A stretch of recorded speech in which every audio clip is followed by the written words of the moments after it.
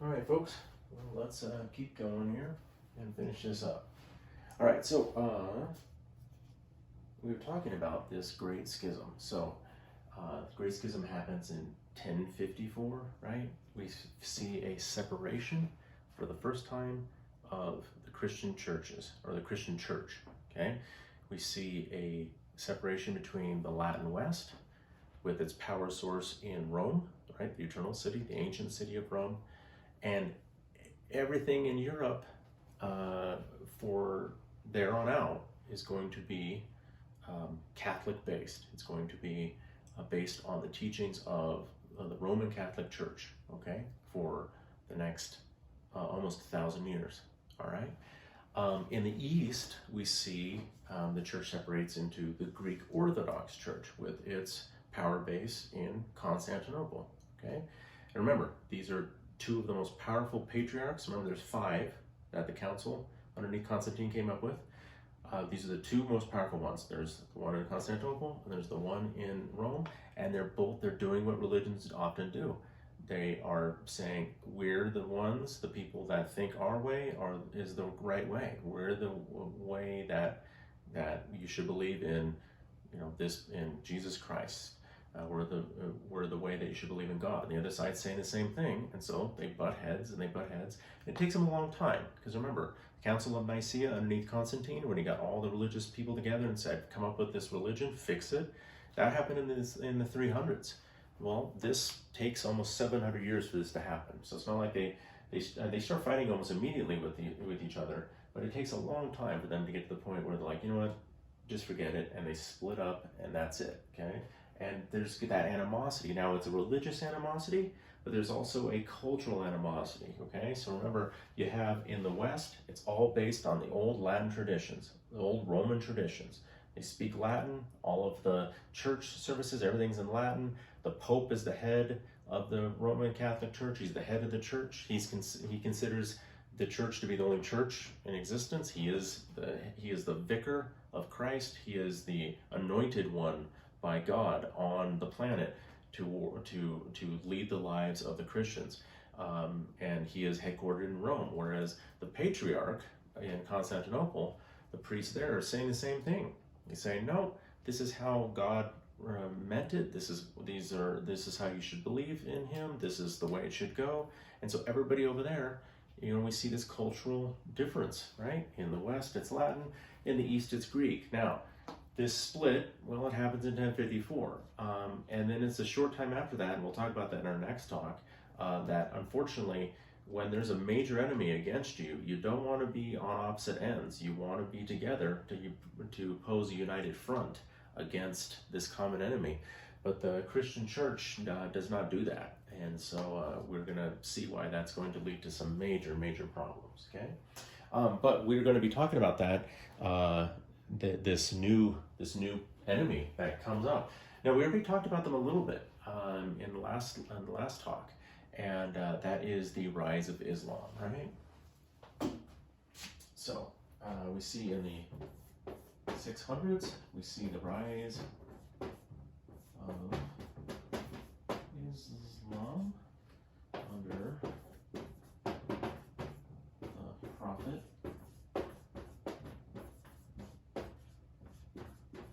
Muhammad, okay, in what is now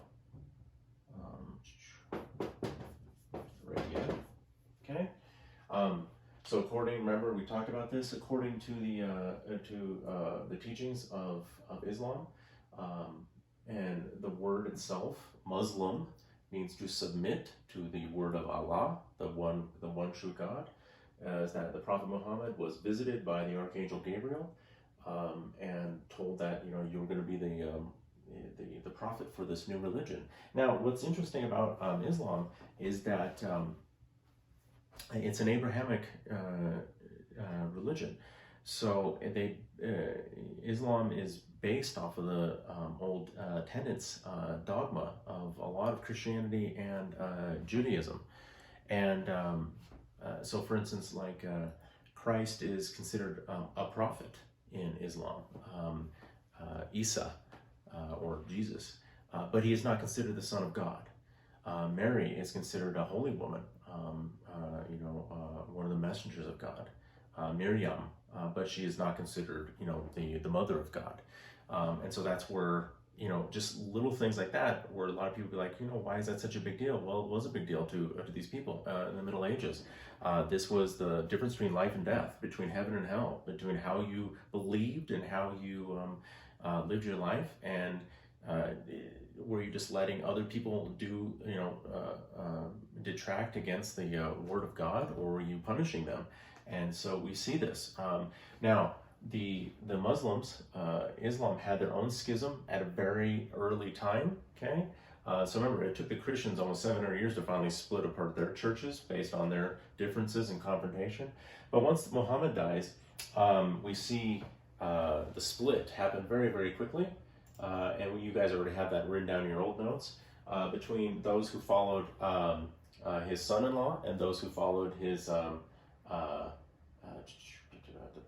uncle, and that has come down to now the present time, the split between Shia and Sunni,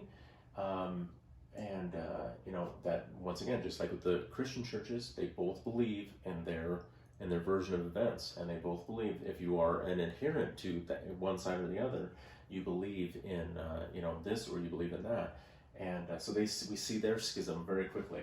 But with Islam, we see that it is a religion, instead of being spread by like missionary work, like we saw with the early Christians going around and proselytizing and telling about this guy Jesus Christ, and you should join us and everything else. Islam is a religion in the early years, in its formative years, that is spread by conquest, by the sword. We see that the tribes underneath Muhammad and then underneath his successors begin in Arabia here. They unify all that peninsula, and then they slowly start to spread out over the next 150 years.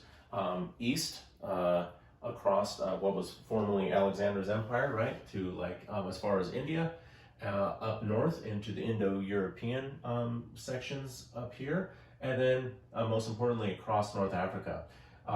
When they make it to this area right here, the northern tip of Spain here, and what is Morocco, that stretch of ocean is very, very narrow. Okay, so on the other side, on Spain, you have the what's called the Strait of Gibraltar, right? You can see it from the other side. That's how close it is. Well, that was obviously where they were going to make the jump into Europe proper. And so for 150 years, Islam spread across North Africa and these places, and it was basically, we're going to come in here, you're going to learn about our religion, you're going to be part of this religion, or you're going to suffer the consequences. And oftentimes the consequences in the beginning was death or submission. That was your choice. As they realized that they couldn't kill every single person who didn't want to submit to Islam, but you were punished. You were punished with taxes, heavy fines. You were not allowed to, because remember, there's Christians all throughout here. If you, and those are mostly who's there, Christians. If you don't want to submit to Islam and you still want to practice your Christianity, you are expected to do it like you were doing it underneath the Romans, behind doors, behind closed doors. You couldn't openly preach Christianity under penalty of death. You couldn't openly convert other people to Christianity under penalty of death. You couldn't operate your own churches, anything like that. So Christian populations in these areas that were taken over by the Islamic armies were made to feel almost like they had gone back in time with the persecutions of the Romans and everything else. And so we see that for the next 150 years. And by the time we get to the early 700s, we see the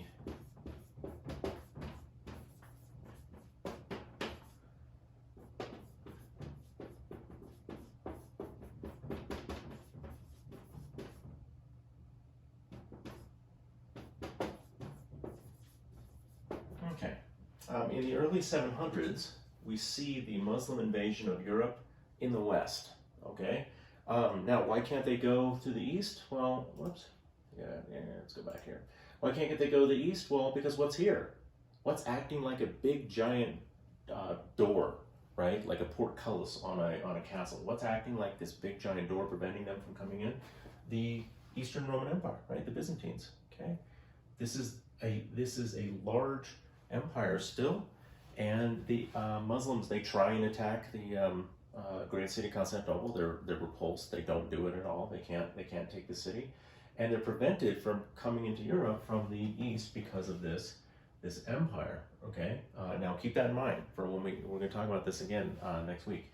So where do they go? They're going to go all the way across, and they're going to go to the west because the west is weak. Because remember, the only thing here still in the 700s are these old barbarian tribes that have been there farting around doing their thing since the collapse of the Romans. They're weak at this point. They have not consolidated. They've just been doing the same thing they've been doing for the past 200 years, and so they're easy pickings for the Muslim invaders, for the Islamic conquest. And by the year 750, okay, so by the year 750.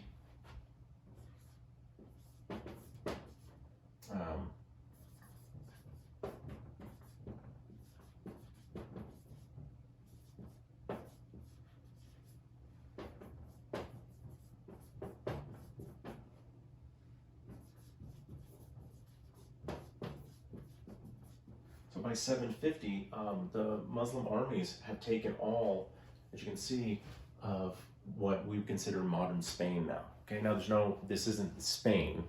The word itself comes from the Greek, or excuse me, the Roman word Hispania.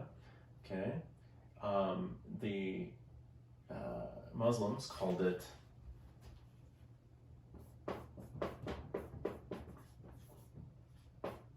Al-Andalus.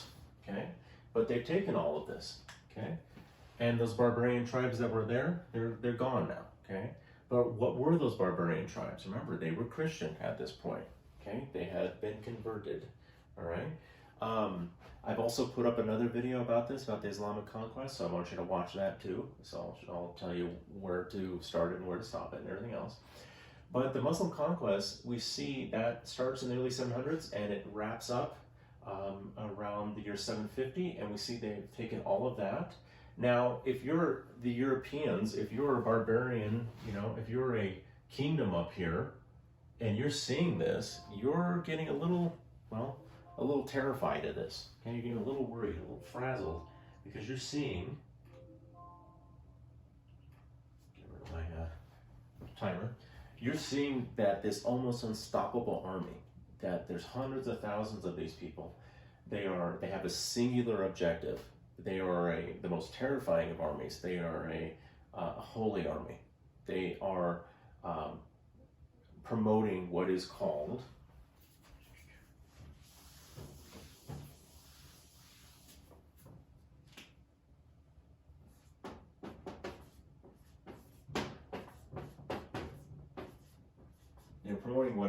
jihad. Okay, Jihad, and that is a holy war. Okay.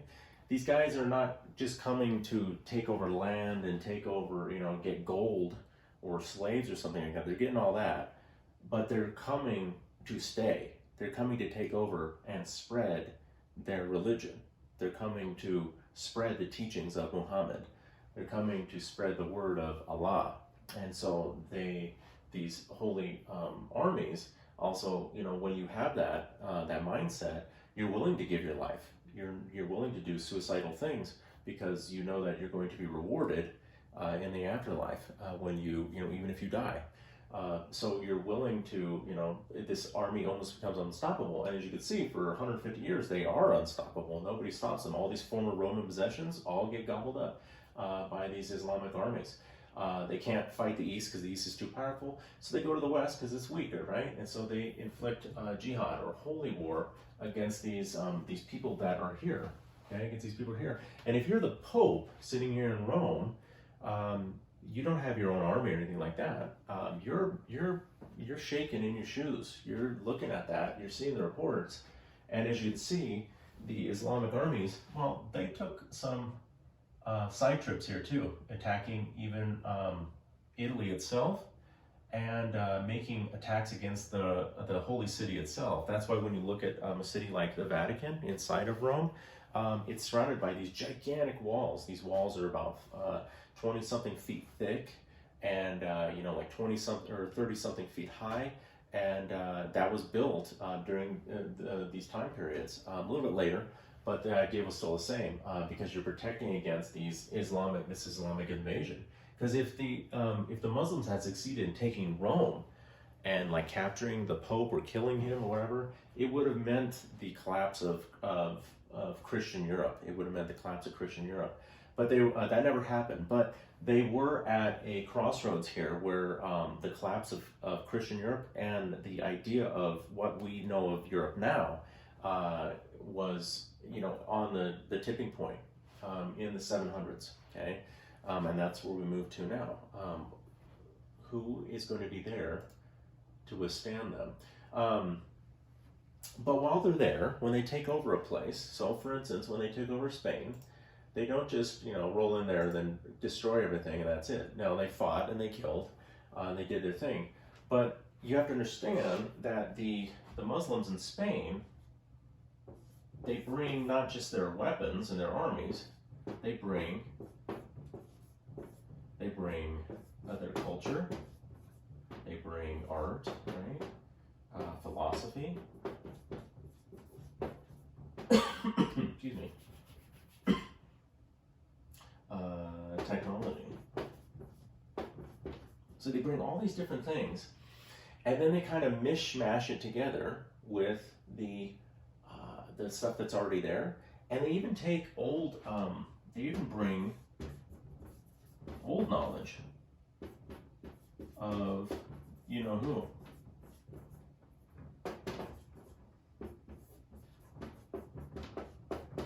The Greeks and the Romans. Okay?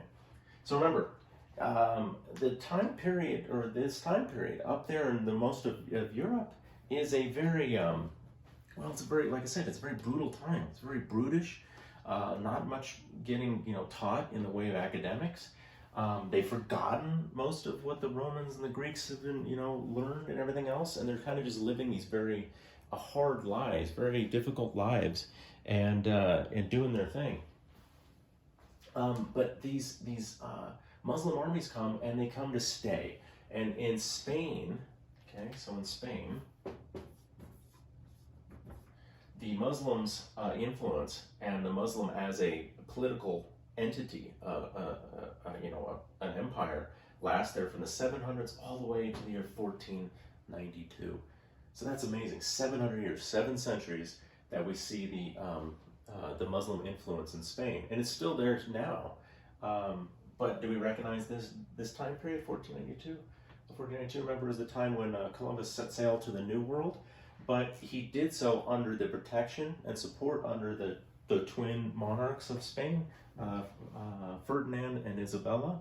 And 1491, the year before, is the year where the last Muslim stronghold, the last city in Spain, collapses and falls. And so we see the what's called the Reconquista, or the reconquest of Christian Spain over Muslim Spain. But like I said, Muslim influence in Spain is really reflected in the south, in the southern regions of Spain, and we see that they brought all these different things when they came. So this was the this is called the Golden Age of Islam. Okay. Never again will Islam, and this lasts for about 700 years. Never again will Islam be at the pinnacle that they are between the years 700, when they first start, and all the way to the Reconquista in Spain, the Golden Age of Islam, where they're at the top of their game. The Christians in the West, in Europe, are barbaric compared to these guys. They have a full culture, vibrant culture, art, philosophy, technology is a big one.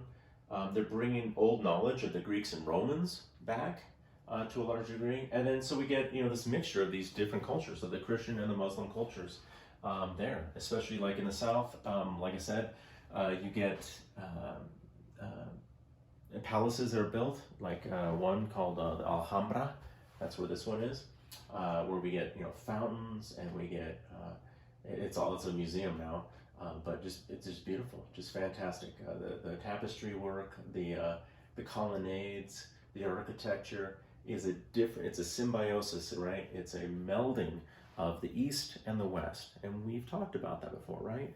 A melding of East and West. It's not that it took war, but it always seems to take war to get to that point, but it does happen, and we see that. And so, for instance, if you were an academic, I guess, if you were a person of knowledge in the year 800 in Europe, where were you going to learn? Well, you might be going to Rome. You certainly weren't going to a big city because they didn't exist, like Paris or London. You're going to Spain because that's where they had so much. You could go and study. You could study medicine. You could study philosophy. You could study war. You could study astronomy. You could study, whatever you want to study. They had the information there, and they had places for you to study, and they had people for you to study with. Okay, so this is considered the golden age of Islam. Is this this period about 700 years, and it slowly declines till we get to the year 1491, 1492, when it's finally done, and the Muslim influence is eradicated in Spain. But for 700 years, it's pretty hardcore. Okay, so moving on really quickly. All right. Now, like I told you, there was no real group of people in 700 that could withstand this jihad. Remember, folks, there is no central government in these places. There's no king that says, okay, get all my armies together and let's go fight. It doesn't really, it takes a time for that to happen.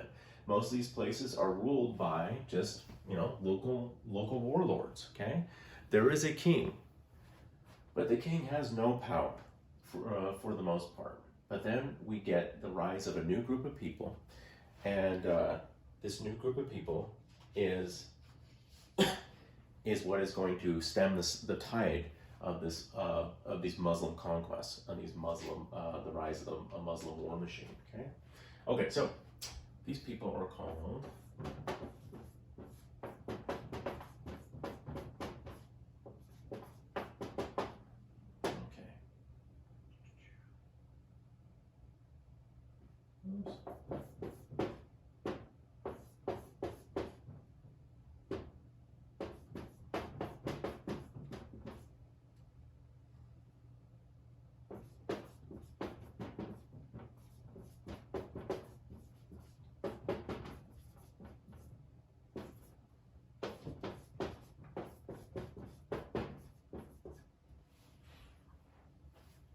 Okay, just like all these other barbarians that were rolling in there when the Romans were, when the Romans were collapsing and everybody's coming in to pick off their skeletons, we see a group of barbarians that rolled in, and they settled, just like all these other barbarian tribes settled.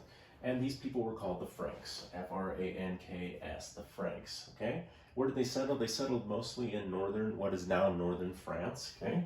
And in the Low Countries as well here too. So the Low Countries, right? Belgium and the Netherlands. I keep talking about countries at this time because there's no such thing as country. But just so you guys understand where they were geographically, they settled in those areas, okay? So between the years 400 and 600, so towards the tail end of the Romans, right? They rolled in there, and they kept settling in there for the next about 150, 200 years, and in northern France and the Low Countries, okay? This was a band of many tribes that, they spoke a little bit differently and had different little customs, but overall, they considered themselves as part of this culture at large, this Frankish culture, okay?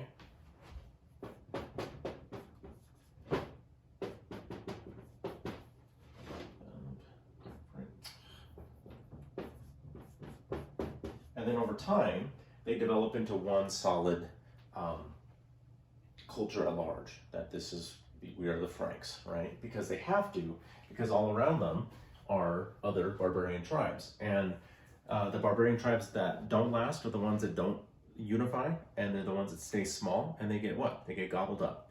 And eventually their cultures just get lost to history because they get overwhelmed by other barbarians. And the ones that survive are the ones that expand, that consolidate, right? They consolidate their power over the tribes that are in their group. They form a unified culture, right? Language, everything else. And then they expand and they take over more territory and everything else. And so slowly, what's left of this Roman Empire gets gobbled up by these barbarian cultures that start to take over. Okay, some go away, we never hear from them again, and others get bigger and bigger. And this one was the biggest one, the Frankish culture. Okay, and they call themselves the Franks, but they are led by families. Okay? They're led by families, noble families, so like whichever family's in charge. And the lead family in the Frankish Empire, okay, is it making it off? Yeah, go back here. All right, the lead family is a family. Oops. I can spell it right.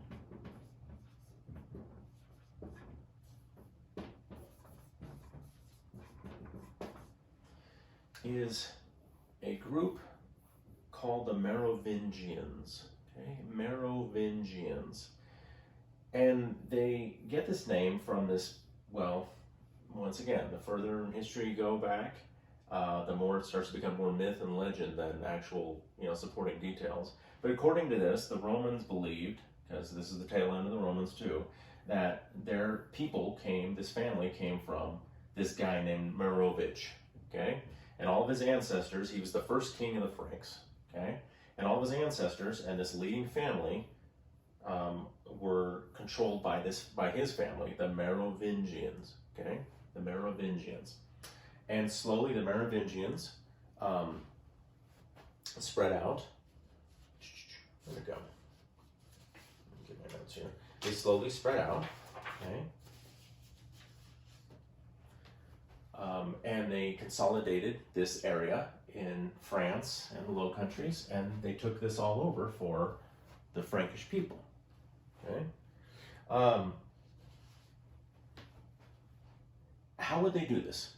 Okay, so how would somebody like the Merovingians, because they don't have a national army, they don't have all this advanced technology. They're not like the Romans.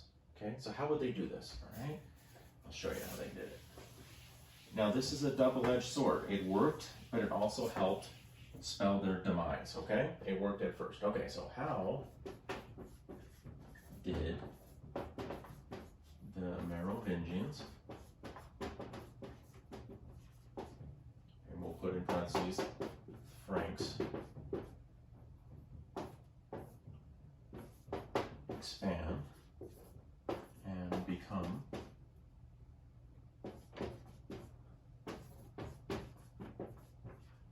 dominant? Okay, so how did the Merovingians, the Franks, expand and become